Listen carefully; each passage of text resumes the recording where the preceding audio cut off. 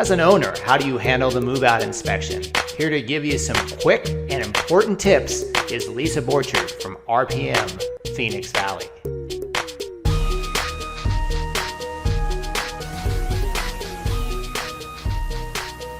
Hi, this is Lisa with Real Property Management Phoenix Valley and the host of Manage My Home.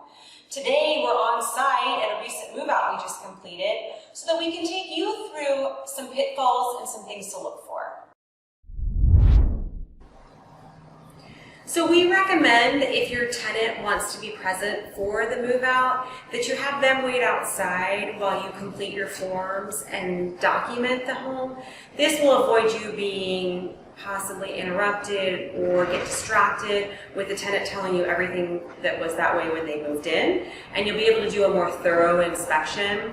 Another thing we recommend is always make sure you look up at the ceilings. I know that sounds funny, but sometimes you will notice, in this case, this is just a settlement crack here, but it could indicate a roof leak, an AC condensate leak, so always make sure you look up at the ceilings.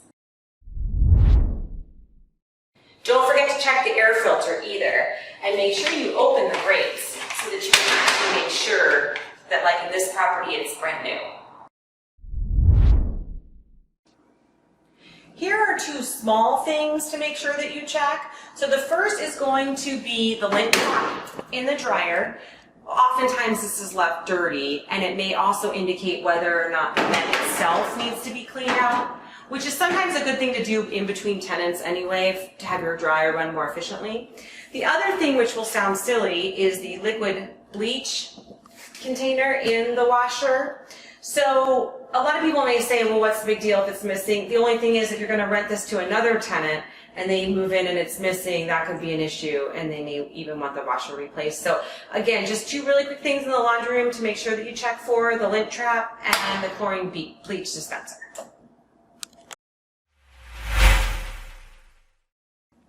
In the bedroom, be sure you always look behind the door. Couple things.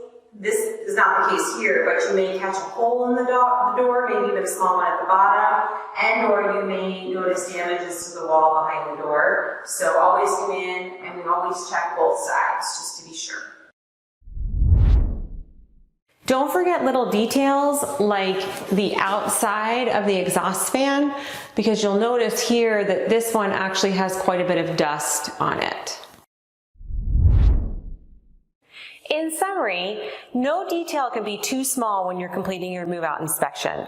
After all, you'd rather be too thorough than not thorough enough.